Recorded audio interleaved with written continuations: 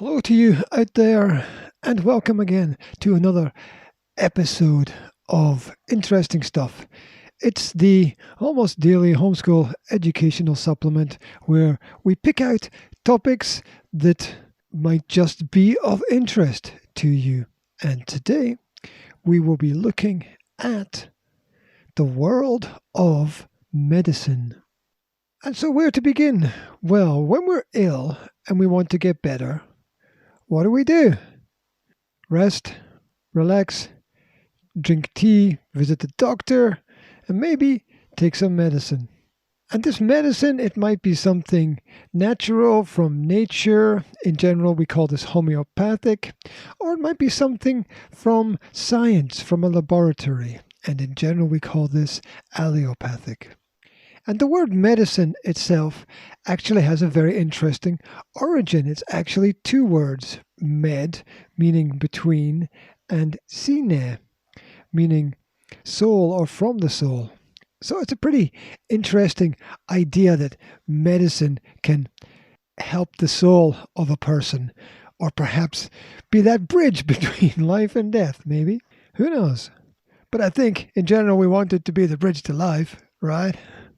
Anyway, let's focus and get back on topic. Modern medicine itself covers a multitude of treatments, but they all fall into three different areas in terms of how they work. The first is replacing a deficiency, and this would be a supplement that you take. The second is killing an intruder, and this would be defined as the assassin of the intruder. And the third is changing the behavior of cells, and this would be defined as a modifier in the body. So let's take a closer look. And an example of a supplement, well, rickets, which is a softening of the bones that can lead to fractures and deformity, is an example of a deficiency disease, which can be treated with a combination of vitamin D, calcium, and sunlight.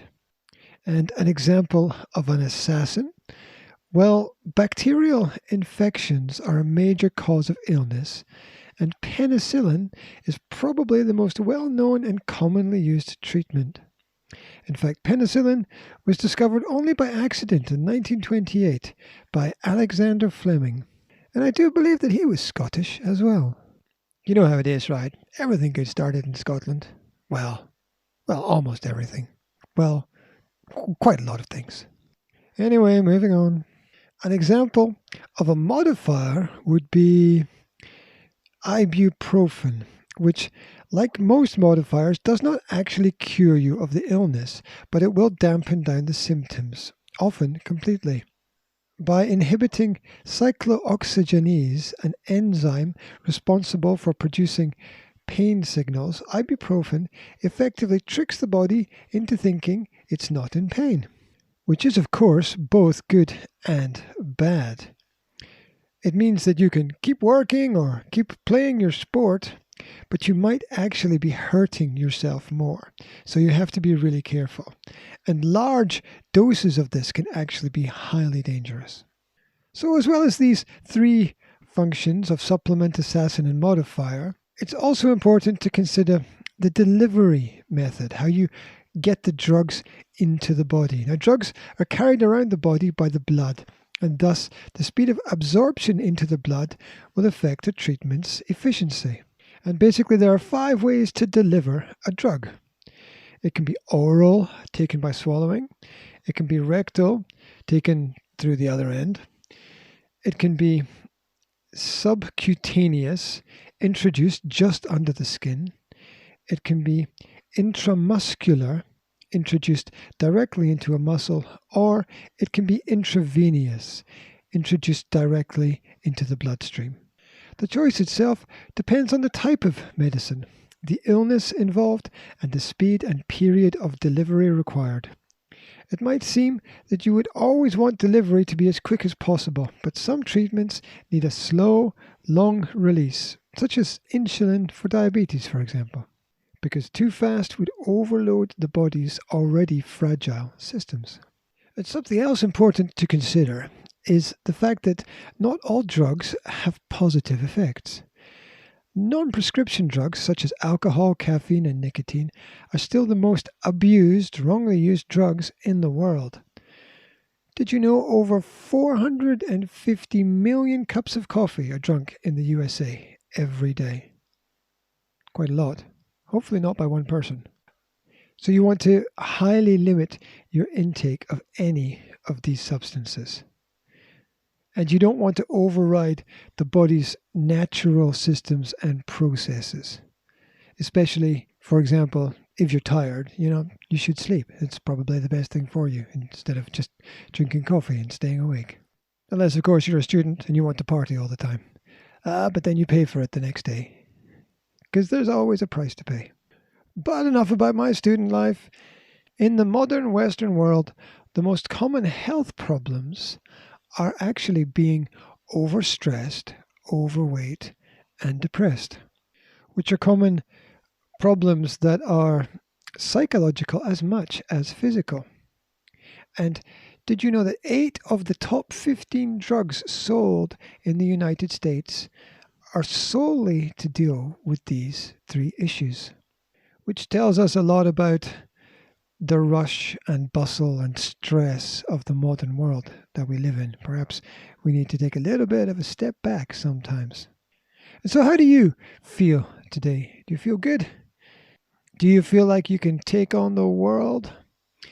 We always need to remember that a healthy lifestyle is kind of an 80-20 principle. What this means is 80% of your health is directly related to your diet. What you want to be doing is eating good, fresh food. A lot of fruit, a lot of vegetables, a bit of meat, some nuts, and drinking lots of water. While the other 20%, you want to have that focused on different types of exercise. You can walk, jog, run, hike, bike, climb, swim. You can do endless things. Play sport, get outside, do something. Do anything. Just get moving to keep the body in shape. Trust me, as I've seen my body get bigger and smaller and expand in places it shouldn't.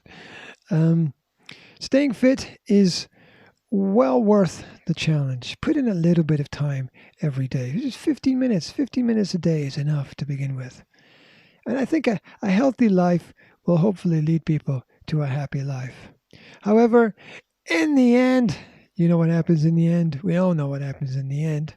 Well, according to the World Health Organization, when looking at the causes of death, there are 3 main categories. There are non-communicable conditions. This makes up 58% of deaths. There are communicable diseases. That makes up 32%. And there are injuries, which make up 9%. And if you can avoid these 3 things, you'll probably stay alive for longer, which can't be a bad thing, right? And overall, the single biggest killer globally is cardiovascular disease, which accounts for nearly 30% of deaths annually. So you really need to look after your heart. Yeah, don't break it. And don't let anyone else break it either. And anyway, finally, something to think about. Even if a disease doesn't kill us, human beings will still age and die. Oh, but you will get to look old and wise, a little bit like me. Maybe not. Okay. Anyway, aging itself is due to the deterioration of the protective cap on the body's chromosomes.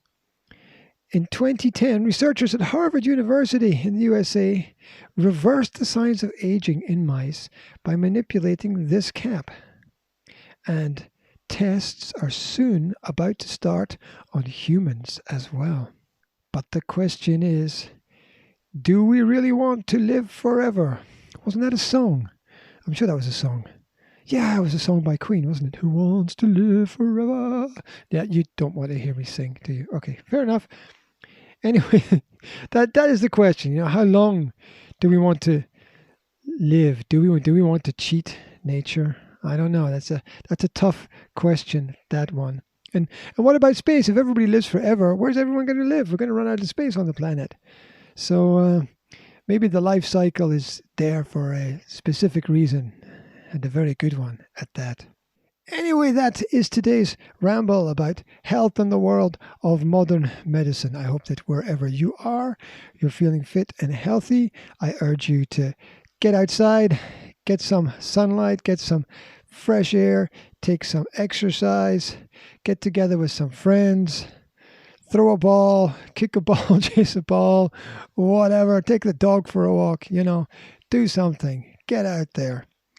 And you can load this up into a podcast and listen to it while you walk as well. There you go. The power of technology. Use that as well. Okay. Thank you very much for tuning in. This is interesting stuff. The Almost Daily Homeschool Educational Supplement. I'm in a funny mood today, as you can tell. But whatever. That's life. That's the way it goes. If you're interested in this topic, let me know. Give me a thumbs up. Otherwise, let me know what other topic you'd like me to cover, and I will try to cover it for you. That's it. Wherever you are, wish you a fantastic day. Don't forget to check the questions under the video. And that's it. Take care. Speak to you soon.